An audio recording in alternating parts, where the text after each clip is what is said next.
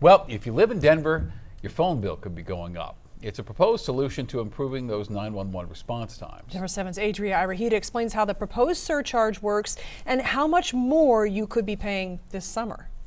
911 response times in Denver, a concern for many of its residents.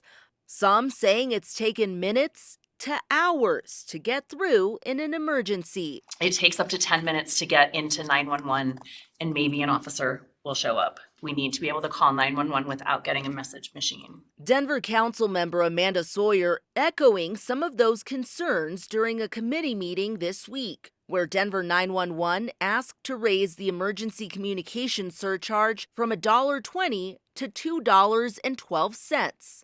The fee is paid through your phone bill. Denver 911 Director Andrew Dameron says it would use the added funds to increase staffing and response times. The city and county of Denver did an audit of Denver's 911 response times last year, and the numbers were concerning. Out of about 500,000 calls between May of 2023 and 2024, just 71% of emergency calls were answered within 15 seconds. Denver 911's goal is to answer 90% of those calls within that time frame.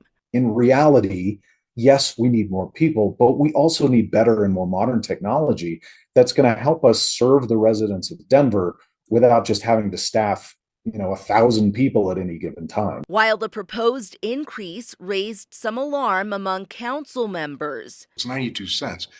But for a family where you have kids who might have an iPhone and they have an iPad, which has a separate phone number, which is also billed the fee, that can get pretty expensive. The department says it's needed to keep Denverites safe. Unfortunately, it is a necessary step for us today in order to continue to fund Denver 911 and allow us to move into sort of this future state that we're working toward. In Denver, Adria Irahita, Denver 7.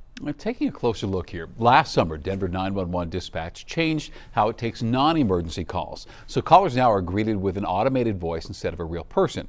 Now, if the automated system doesn't understand a caller, then they're routed to a call taker. You've reached the Denver Public Safety Non-Emergency line. If this is an emergency, please hang up and dial 911.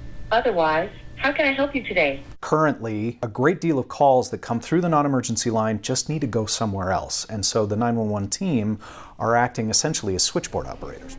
Now, the goal here to free up dispatchers who are needed to help emergency calls.